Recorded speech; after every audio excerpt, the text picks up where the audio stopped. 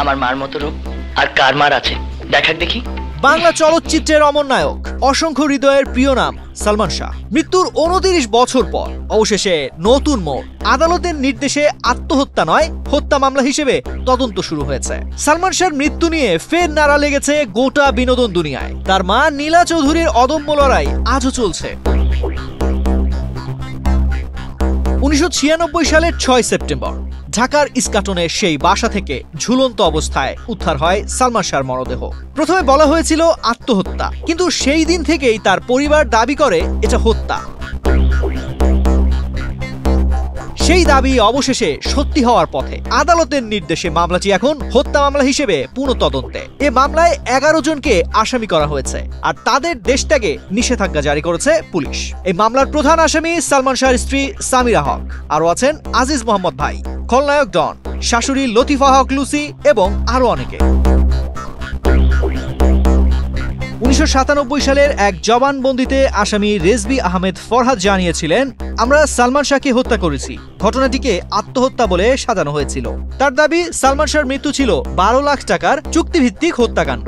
রেজভির জবানবন্দি অনুযায়ী 1996 সালের 5 সেপ্টেম্বর রাতে গুলিস্তানের এক বারে হয় পরিকল্পনার বৈঠক।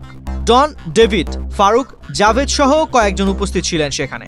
সালমান শাহকে শেষ করে দেওয়া হবে এমন চুক্তির বিনিময়ে ছিল 12 লাখ টাকা। সেই রাতেই ইস্কাটনের বাসায় ঢুকে দেওয়া হয় আঘাতের শেষ পর্ব।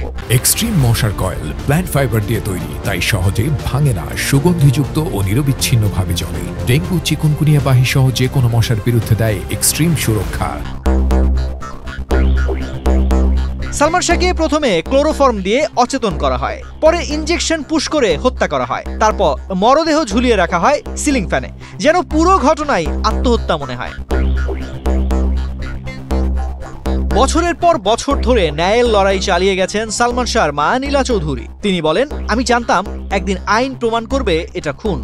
আমার ছেলে আত্মহত্যা করার মতো মানুষ নয়। সাম্প্রতিক এক সাক্ষাৎকারে নীলা চৌধুরী আরো অভিযোগ করেন, খলনায়ক ডন 1 মাস আগে তাকে হুমকি দিয়েছেন। তবুও তিনি থেমে নেই। 29 বছর পরও আমি বিশ্বাস করি, ইনশাল্লাহ এবার ন্যায় বিচার পাবো। মাত্র 25 বছর বয়সে হারিয়ে যাওয়া এই নায়ক বাংলা সিনেমার ইতিহাসে রেখে গেছেন অমর এক অধ্যায়। দর্শকদের চোখে তিনি আজও নায়ক, আর তার মায়ের চোখে তিনি ন্যায়ের প্রতীক। তানজির রহমান, বিনোদন ডেস্ক, বাংলাদেশ প্রতিদিন।